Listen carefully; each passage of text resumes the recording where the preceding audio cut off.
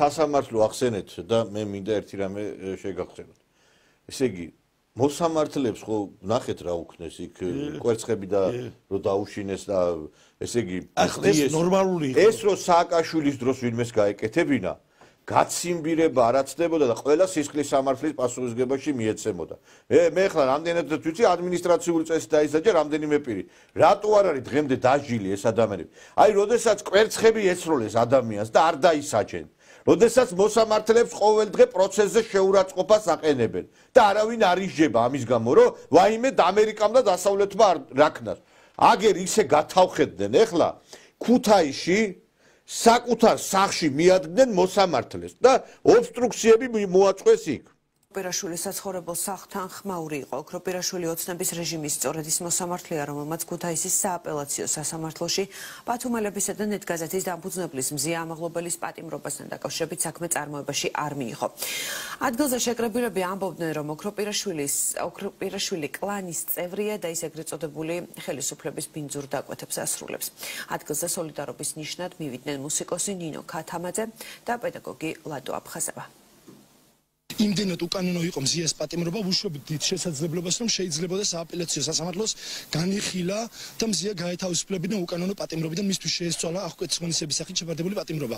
და რა გააკეთა ამ ოქროპირიშვილმა, მან არც კი განიხილა მზია ამაღლობელის სააპელაციო საჩივარი. ჩვენი კოლეგა ბათუმელებისა და ნეტგაზეთის დამფუძნებელი და ხელმძღვანელი 15 დღეა რუსთავის ქალთა ციხეში შიმშილობს.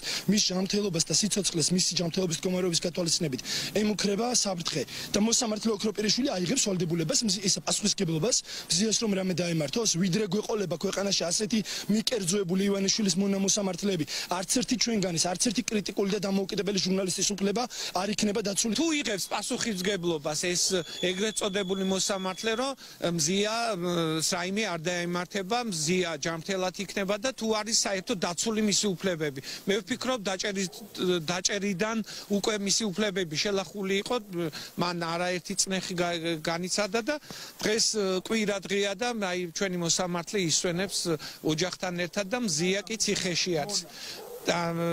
მე ვფიქრობ რომ მოსამართლეს ვერ უწოდებთ, დროებით არის ალბათ მოსამართლე და მალე ყველაფერს წერტილი დაესმევა. ერთი ქუთაისელი ბოდიში და მეტრაკე მოინათლა დათოიე მეტრაკე რაც არის და ეს ლადოიე მეტრაკე მას აი ეგრე შემიძლია მე ვარქო რა ეს კაცი რო ცაში აყავდა თქვენ როგორ მახსოვს აი ხელისუფლების რაღაც აი განათლების სისტემებს რომ ეს კაცი დახტუნავდა მერხებზე ცეკვავდა თამაშობდა და ეს კაცი შენათლეს მონათლეს რა ვიცი მე ამის ილია ჭავჭავაძეზე და აკაკი წერეთელზე მაღლა დააყენეს აი ეს სამმარცხვინო ეს ლადოიე სამმარცხვინო რა მართლა რა ეს ბოდიში და მცხვენია რომ ეს კაცი გურუიდან არის მართლა არ ვიცი ეს ვინა ეს აი თურმე ესე იგი მოსამართლეო სახში ნებივრობსო და ისო ციხეში არისო შვილო ვინმე მუთხრა სირა გააწანი პოლიციელსო შენ რო გააწდა შენ გადაინაცვლებ იმ იმასთან მზიასთან რამდენჯერ ყოფილა რომ პოლიციელის მოქმედება არ მომწონებია მაგრამ ხა ვისაც პოლიციელი ას რაღაცა მოქმედება არა სილები უნდა ვაწნათ სად არის თქვენ მართლა ვერ გავიგე ესე თუ პოლიციას გადააბიჯეთ ამ ქვეყანაში წესრიგი იქნება საერთოდ ვაი ეხლა ბელორუსში რო ეს ვინმეს გაებედა რომ მოსამართლის სახლში მისულიყო ვიღაცა და იქ აქციები ჩაეტარებინა დღეს იქნებოდა გაციმბირებული აი ლუკაშენკომ თქვა კიდევაც იქა რომ დაუსვეს პოლიტპატიმრებზე კითხვა რომ აიო რატო იმათმა აირჩიეს ყოფილიყვნენ ციხეშიო და მზია ამაღლობელმაც თავისი მოქმედებით აირჩია რომ ყოფილიყო ციხეში და ეს სამარცხვინო თივლიშვილი და ეს აფხაზავაც მოქმედებენ ისე რომ ირჩევენ ციხეს იმიტომ რომ წესით ეს არის მოსამართლის საქმიანობაზე ზეწოლა უკვე ადევნება ჯერ ესე იგი დაძდევენ ამ მოსამართლეებს კაცო ჩემი დასაცავით უგახდებოდა ეს მოსამართლეები რას ვიფიქრებდი ახლა რა ეს არის მეგობრებო სისხლის სამართლის დანაშაული ეხლა ჩვენ იმას კი არ განვიხილავთ აქ მარტო იმას მორალურ ქმედებებს ეს არის სისხლის სამართლის დანაშაული როცა მოსამართლეებზე ასეთი ტერორი მიდის აი ახლა თითეული მოსამართლე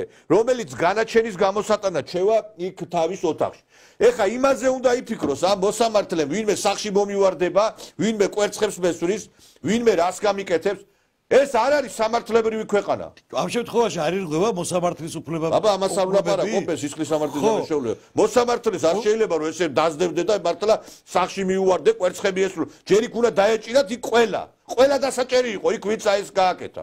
თითეული პიროვნება რომელმაც ეს კვერცხები ისროლა. ეხლა თუ პოლიციას ბოდიში და სილა გავაწანით, მოსამართლეს ბოდიში და კვერცხები ვესროლე. ეს ქვეყანა აბა რაზე დგას, მაინტერესებს ეს ქვეყანა. პოლიციელებზე დგავს, მოსამართლეებზე დგავს და სახელმწიფოზე დგას. როდესაც ესენი ჩამოიშლება, ანარქია იქნება მე ქვეყანაში. მე მოუწოდებ ხელისუფლებას, ესენი ეს ჟურნალისტები ხო იძახიან რომ ისაო მზია ვიქზისო. რახან ესენი ასე გულიშეთკივად მოვათავსოთ ერთ კამერაში, გელა მთივლიშვილი, ეს ლადოიე და კიდევ ეს ვინც არიან მანდა რა, ყველანი ერთ კამერაში ჟურნალისტების კამერა გამოვყოთ და იქნებიან იქ იჯდებიან რა. და პირობები შეუქმნათ ეხლა რა. აი ხა ეს არის საშინელება რაც ხდება უკვე, ეს არის ტერორი უკვე. ეხლა ტერორი არის სახელმწიფო და სასამართლო სისტემის ტერორი არის, კაცო. აგერ განახებთ კადრებს, შეიძლება ეს ხალი, კაცო, რის ის არის, რა ქვია, რანაირად შეიძლება ეს ხალი შეგნებულად და არა, აგერ აი განახებთ ხალხო, აი ვაჩვენოთ კიდევ ეს კადრები. შეიძლება ეს ხალი პოლიტპატიმრად შევაფასოთ?